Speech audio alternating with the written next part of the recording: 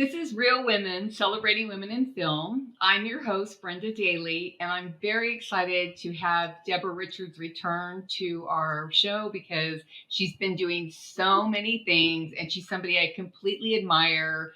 And I just love having her on the show. So, everybody, I just want to reintroduce you to Deborah Richards. I'm sure and Cookie And the star. Deborah's been she finished her feature film, what, about almost a year ago, right? Filming? no, I think no, it was finished in like I think January and it came out. Oh no, I'm completely wrong. It was finished in like November and Oh, then okay. it came out in like January. Yeah, that's super exciting. So we Yeah, had talked about it before, and the movie is called Move Me No Mountain. And can you tell our viewers what it's about again, just to refresh their memory? sure. So Moving to Mountain is a suspense drama set in Las Vegas, present day. It's about a real estate agent who can't get over the guilt of past mistakes. So she decides to punish herself by becoming voluntarily homeless in Las Vegas. And it's out now on Amazon Prime for rent or purchase, and it is also out on YouTube for rent or purchase, and I believe Google Play.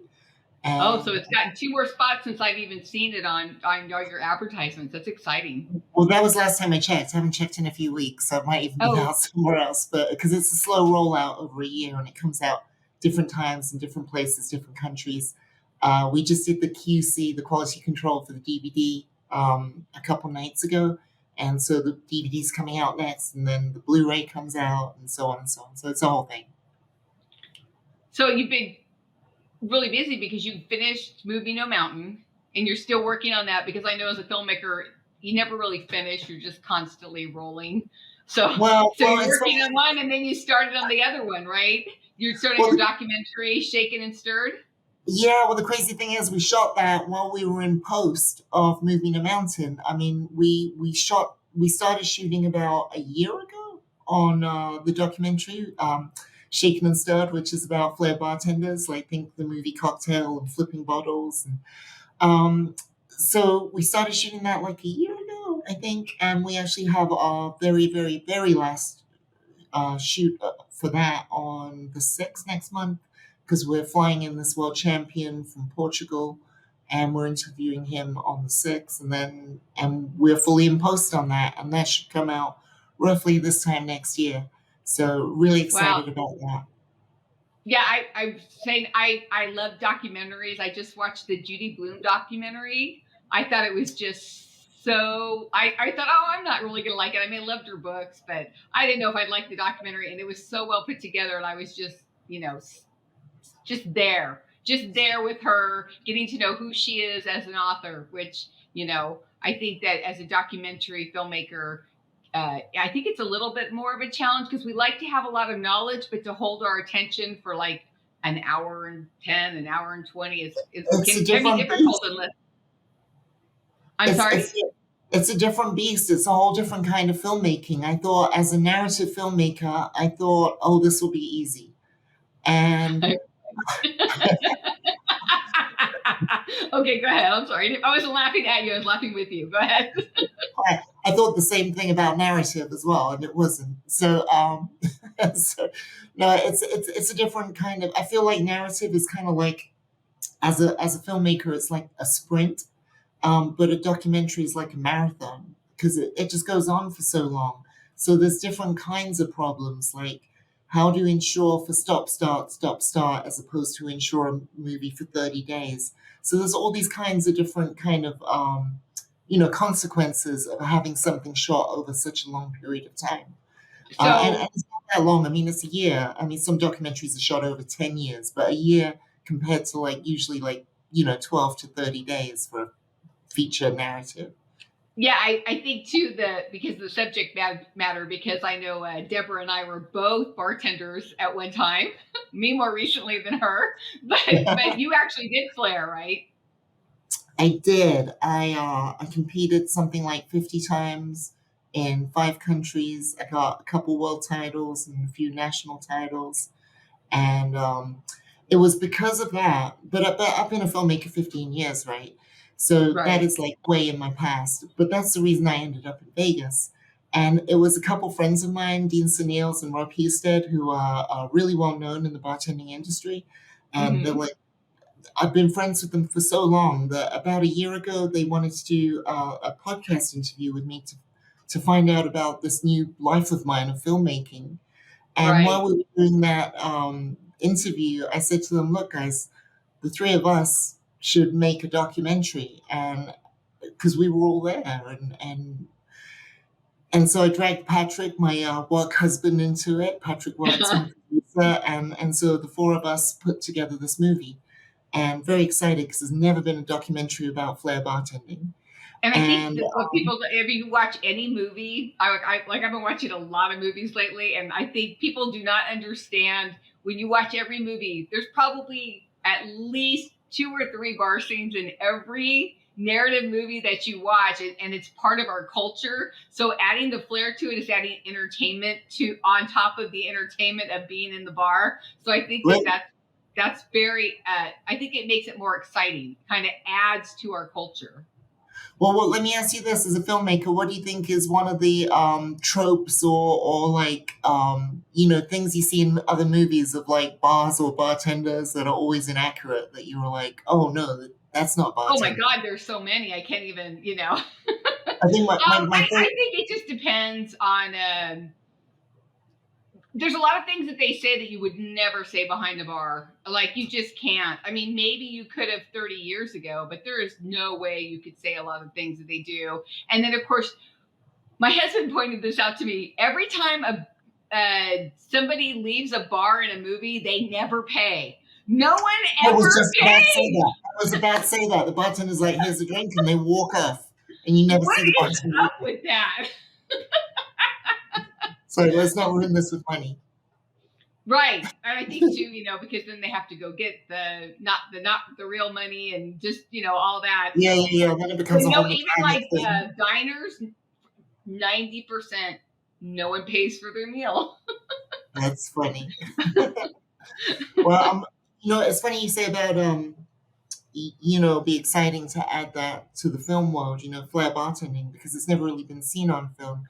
And once upon a time, someone asked me, "What's your favorite thing to film?" And I said, "Anything that moves," because do you know what I mean? Like, otherwise, it's just a photograph. So there's so much movement with flair bartending that I think it's really kinetic and exciting to watch. And there's an element of danger. And a lot of these bartenders are like rock stars. And so, One yeah, thing but about a choreography, it's like a dance. It's not just it's like a bartending. dance. It's like a dance with an end product, like a dessert at the end or something. You know what A I mean? Like dance with danger. it is. I have to tell you my flair bartending story. Is I had to take this flair bartending class, and these guys they thought they were hot shots, and they were juggling four bottles, and I just get started. So I'm just learning how to like balance a bottle on my hand and all that minor stuff. And I was like, okay, I'm just gonna go through the whole process with the Flair Devils. They were teaching us. So I was like, I'm gonna go through just for fun, just to do it. And one guy, the fourth bottle hit the air, and the butt of it hit him right smack in the middle of his forehead, and he literally had a golf ball. And I was like, no, I'm done.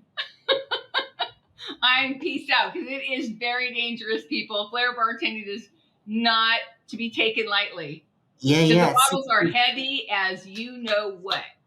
Well, I mean, we follow these three bartenders as they prepare for this big competition in Florida, and so we followed them while they were doing all their training, and then we saw them at the competition and afterwards and everything. So I think it's gonna be really exciting.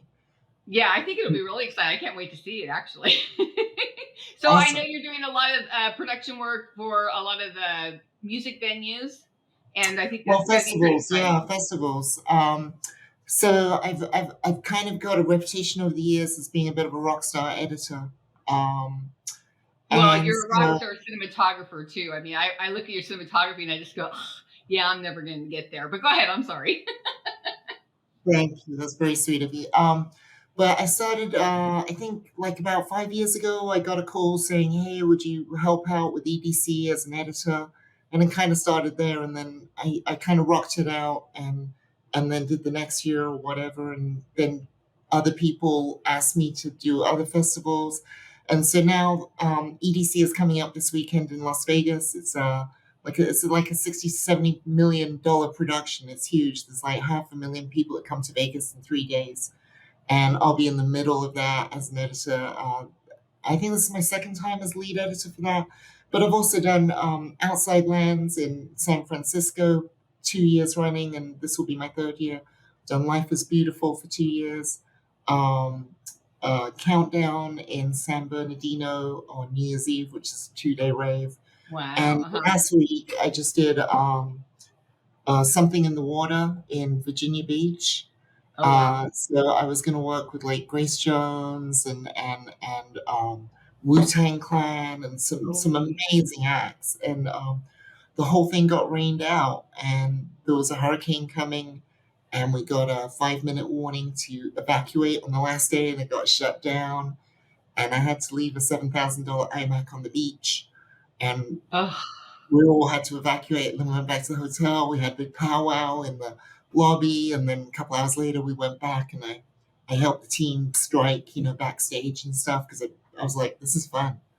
And so it was pretty exciting. But yeah. So I do some you know uh, on the spot live editing at these big festivals, which is which exciting, you and have they're to be all you have to be very creative in the moment. You have to be very well. It's like being a film director. Sometimes you just have to go with oh what's man, coming. it's You know. crazy. 'Cause, like, usually I'm either backstage or in a container, right? Like for an Uh-huh. office. And I'll be in there for like long hours, like 12 hours to 16 hours a day for like, 2 to 4 days in a row with hundreds of thousands of people outside. And I'm getting content from the helicopter, from the drone, from the cable cams, from the stage cams, from the steady cams, from the walkabout cams, and it's all being thrown at me, and people are barking orders, and we need this, we need that, this has to go out on the live stream at 10:30. Can you make a 30-second sizzle of the recap of the day? And it has to be creative, and it has to be fast. And sometimes the food is, and sometimes the bathrooms aren't great. And so it's like high paced, intense. I like it. I feel like I ran away and I joined the was gonna circus say for the you week. must be loving this. It's, it's This is like so running your away and personality. yeah. And I've got to work with so many artists like Lizzo and Green Day a couple times, and Billie Eilish, and just like like it's amazing. It's amazing. So I'm so grateful that I keep getting called for these big events, because sometimes I don't get called until like just a couple weeks before. And Right. Well, for it for the takes a lot of planning, and then the planners are the ones that don't plan very well, and then they're always calling you at the last well, second. it's Oh my always God, we different. need It's one more. well, it's always like different companies and different situations. And like the Virginia Beach one was my first East Coast festival, and I walked in there. Oh, I was like, who died for me to get this gig? And they were like, what? And I'm like, I never worked the East Coast. And they're like, no, we just wanted you. I'm like, oh great, okay, cool, let's do it. well, you're getting quite a reputation as you go along because I believe that Well, first of all, you always show up and you always do. You always go above and beyond, and I think that it's definitely showing in your work. So I wanted to Thanks. talk to you about you have another feature that you're going to do, and can you Yeah, tell us anything about it that we may or may not need to know? yeah, I can tell you a little bit. So this is Right. pretty wild, because literally like 2.5 years ago, the Lucky Sevens hadn't even happened, and Yep. and now here we are, and I'm working on my third feature film in 3 years, um, which is Yay. which is very exciting.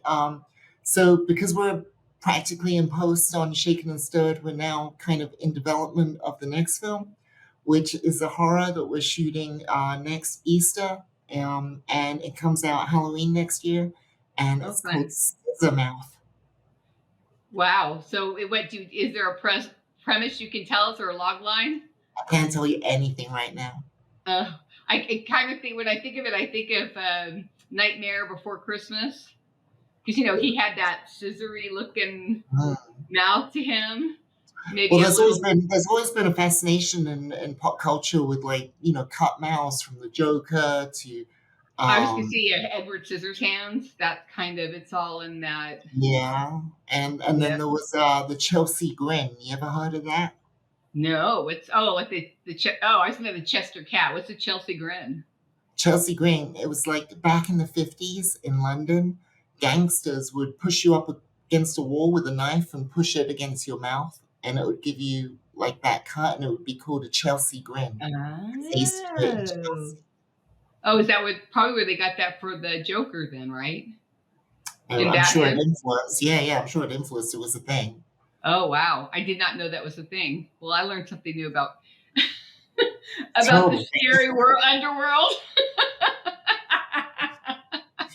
So are you looking so do you already have like a big cast like um anybody attached to it at all that you could talk about? I can't talk. There is one person that is soft-attached, but I can't talk about that yet. It's a nine-person cast. Oh wow. Um, That's perfect. yeah. So, and it's my biggest budget yet, so that's very exciting. That is exciting. Um, So what do you think about the tax incentive that they're pushing for $190 million for Nevada? oh, it's amazing. Well, let's see what happens. I mean, it's amazing. Anything that can stimulate, our hometown, in any way, shape, or form is great, and it's just extra great that it could be film, and that's the thing we like. So yeah, that's positive. I mean, let's fingers crossed. People have been talking about for a very long time that Vegas is gonna, take over from Hollywood. Like I've heard that for like 20 years, and for I 20 years know. I'm like, no, it's not. And I don't know why people keep saying it, but lately, over the last couple years, there's been some major changes in this town. Well, I I think think, COVID really hurt Hollywood a lot, and it's so expensive to live there. I know it's getting expensive here, but I think the thing is that everything was so studio run. Anything worth doing was studio run. But when Netflix basically was only taking projects outside of the U.S. During COVID, and because we had everything was so stringent that I think Hollywood just had a really hard time recovering. I think also there's a real kind of push me pull you between Vegas politics and LA politics, where LA for many years politically has wanted to diversify and not be so reliant only on Hollywood, right? And Right. and and Vegas is doing the same thing, wants to be not only reliant on gaming. That's why they want sports and other things to see. So what LA is trying to do is pushing stuff over here by what we're trying to do. I think there's a little bit of that. Well, yeah, maybe so, but I do believe that. I mean, you have your biggest studios in Hollywood, and they were Of run by, course. I mean, executives that are still running it, and some of them are in their 70s and 80s, and so they controlled everything. Anything that was worth watching, they controlled. But I think what happened with the whole COVID situation is that they kind of lost a little control because they couldn't put out content. They had to stop. They had to cease and desist, but yet because we were all home and some of us are still home, we're absorbing so much content and we just need more. It's like you can have I can't tell you how many channels I have, cable channels, and there's nothing to watch. We have I to think look there's for it. 432 scripted shows last season. I know, and but in telling you, some of them are it's like, yeah, no. Like you watch one or two, and if they don't pique your interest, you're like, yeah, no. And then I'll experiment with something like the Judy Blume thing, and just I was like, oh, okay, because I thought, oh, I'm not really gonna probably watch the whole thing, and I was captivated. So it did give something an opportunity that I probably wouldn't not normally have tuned into, which was I good. always, I always give things the 5 minute or 10 minute, benefit of the doubt. Like I'll watch the first 10 minutes and then decide if I'm I going see. to I keep have to watching. go at least two episodes, or I'm just that's Oh, just you kind go of in deep. You go in deep. I I haven't got have a to go in time. deep. Like I just finished watching The Marvelous Miss Maisel, and I'm just telling you, I felt like that was no wonder it won all those Emmys and Oscars, and oh my god, that was amazing. I don't know if you've seen it. I But haven't, but I feel like I just don't have to pay. Like I give things like a 5 or 10 minute, and if I'm not blown away in the first 10 minutes, I'm like, the acting's amazing. Everything about that show, the colors are. I think you would totally love it. It's kind of like a modern day I Love Lucy, but it was done in the 40s. It's so weird. 40s, 50s, and 60s in New York City, and it's filmed so beautifully, almost like old time. And that's why I mm, loved it so much. Is I felt like I was brought back in time, but yet there was a woman, an empowered woman who took a bad situation, her husband cheating on her and leaving her, and made herself a career empowered woman in a man's world. And and she's a comedian. And it's just an amazing concept, and it's based on somebody's real life, which it's is my watch list. yeah, you almost have to watch it because it's and the color scheme. I mean, it's beautiful. It's just beautiful. Everything, her clothing is beautiful. Like, I'll watch it tonight. yeah, you for sure should. But anyway, I want to get back to you. So, Deborah, is there something that you want to tell people that we don't know? That do you have any? Do you have a script after the horror film? You know what's funny? I think Stanley Kubrick once said, "Your movies choose you. You don't choose your movies." Mm-hmm. Um, Ironically, a couple years ago, I was going to make Scissor Mouth for the Lucky Sevens, and then I changed my mind at the last second and came up with Move Me to Mountain because Uh I huh. just woke up one morning and I had all that in my head. And then the documentary Shaken and Stirred, I didn't really plan to make a documentary next. In fact, I never thought I would make a documentary, but after that talk with my friends last year, it was like, wow, this is such a gift. And I think it's so important in life to recognize the opportunities when they show up and take them, because I feel that we have opportunities around us all the time, and you can get easily distracted with the wrong ones, or you can be blinded by so many that you don't pick any. So I think, when Shaken and Stirred came up, it was like, this is a blessing. I have to take this opportunity. Yeah, I Uh, think you're completely right. I think the problem with filmmaking, and that's how, what I see all the time, and it happens to me all the time, is, people are like, I want you on this project, I want you on this project. But it's like, I have my own projects I need to focus on. Like, otherwise, I'm not going to get anything done. So I'm not mean or anything, but, unless it's a good paying gig, I'm just like, yeah, I got to finish something I started before the Lucky Sevens. Do you know what I mean? So I'm yeah, working yeah, on that, and I'm getting so distracted, and I have to reherd all those people from what 2.5 years ago. I'm like it's like herding cats, and then people want me on this other project. It's like, that's great. What's the contract? Because otherwise, I got to do this because that's what I was focused on. You yeah. know. You really gotta stay focused and pick your battles.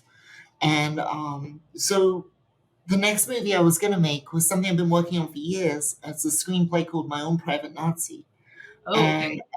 I was planning to shoot that next, and then this is a funny thing. For Moving a Mountain, I think we pitched about 120 people, and about 10 or 12 people financed it. With Shaken and Stirred, I pitched about 3 or 4 people, and about 8 people have financed it. With Scissormouth, I pitched my manager, and he found one group to finance it. Oh, that's So great. yeah, yeah, yeah. So what's changed, right? And there's two things that have really changed. One is that I'm getting more experienced, but also I'm working in more and more popular genres. Horror is such a popular genre Yes. that for a third film, it's like a no-brainer for an investor. So so I wanted to make my own private Nazi, but then I just pitched this on a offbeat chance to my manager, and he was like, that's the one. So I was like, okay, well, if you, and the funny thing is, I think I was gonna part ways with my manager that day because I wasn't quite happy with how things were going. And Right. he said to me, no, that's a great idea. Give me 8 weeks, I'll find you the money. Well, And I think too, the manager's job is to keep you working. So, and if you're not working, he's not making any money either. So, and he probably had that feeling, you know. So you I have to think do he it. does okay. He does okay for me, I think. Because Yeah, also the other thing I do in between is direct TV commercials, right? I've directed, let me count. Hold on. 12 or 18 national TV commercials this year. that's great. That's awesome. So So, that so I just want you. Do you have a piece of advice to give to other women or filmmakers, really, on what they so should be hard. do, what they should be doing? I mean, if they've made a film and they're thinking about their next one, is there something that you would tell yourself maybe 3 years ago? Oh man, what would I tell myself 3? Yeah, so much has changed in 3 years. It's unbelievable. It's unbelievable. I think if I was telling 3 year ago Deb something, I'd probably just tell her to um, just relax a little and just know that if you keep putting in the work, it'll happen. Yep, It's that's a gonna great happen. one. I mean, at the beginning of Moving a Mountain, I looked at that movie and I was like, how the dickens am I going to do this? I think for a lot of actually, Patrick and I were talking about this about your movie the other day. We were saying how ambitious it was in terms of Very. scope. In terms of scope, I mean, you had stunts, you had fight, you had this, you had that, and you had a lot of characters, and it was ambitious, right? And I felt the same way about my film, Moving a Mountain, because I think generally filmmakers are often advised to, for a first movie, do 2 actors, one room, make it Well, that's work. what I want you to do, but I find that when you look at other filmmakers' films, they didn't do that for the most part. Well, I That's what didn't we do should. that. I did like 30, 40 actors, 30, 40 Right. locations, Yeah, because uh, it, two it was fires, right, dogs, scorpions, pigeons, underwater stuff. I mean, right. But it was like go big or go home. At that point, it was yeah, like, okay, here's this opportunity. It got to get you in gear, and you're not as old as me, but in my age group, and because I made a couple of short little films, but and I didn't go to film school. For me, it was like, okay, I'm just gonna, and I wrote a completely different movie 3 weeks up to 3 weeks before casting. Like I had literally written an entire completely different movie. I had 95 pages and I hated it. So I threw it away, and it was probably only 6 actors. But then I just couldn't stand the movie, so I threw it away. And then I actually watched Promising Young Woman, and that's why I was like, my daughter's like, you should make a movie like this. So that's kind of, and I thought, you know what, go big or go home. I mean, what's the worst thing that could happen? Which probably every bad thing happened, but but I got it done. You you did. know, I wonder if it's because we're both from Vegas that we went big on our first movies. I wonder if Well, I that's think because too. I know with me, I'm sure with you too, but with me too is because my daughter's an actor and I followed her around from the time she was 9 years old. I did a lot of favors for a lot of people. So when I was doing my first movie, I was asking for a lot of favors because I had no money. So I was what source they could do is say no, and I was kind of like, well, worst thing I can do is ask, and no one ever said no. So I was like, okay. you know what's funny? I feel like I was the other way around because I'd done 9 shorts by that time, and always with the shorts, it was asking people to, you know, put in, give me a favor and do me a favor and chip in. Right. And so all these people over the years that had helped me, I'd always say to them like, when I get to make a feature film, I promise I'll pay you better. And so when I got to make a feature film, I was like, I can't call in favors now, because I've been calling in favors for 10 years. And the Right. whole point of calling in favors for 10 years for me was to get to this point. And Right. and so it was my first opportunity to take care of people, and so the movie, I think my movie cost more money than it probably should have for a first movie, but because I Yeah, but at couldn't least call you in favors. right, and I think too that for me it was completely different. I mean, I had made a couple of short films, but I never. I was just doing it to see if I could. Like I was just testing the waters. And so when I got the opportunity to feature film, I'm like, I'm just gonna go for it. And I don't know what I've done in the past, but I can't believe people I didn't even know were saying okay. And so I just went with it. I could no longer do that again. And I think all filmmakers do it the first time through, but I don't know if you could continuously do that. I don't plan on doing that with my next feature. But I think calling in favors is great, and people love to be part of the industry. And I've paid my dues. I've done so much free work; it's crazy. But maybe that's why they did hop in because I've done, people are still calling. I don't do free work anymore, but I did a ton of it because I had another job and another life, so I didn't need the money. Where now it's Right. like, yeah, I can't.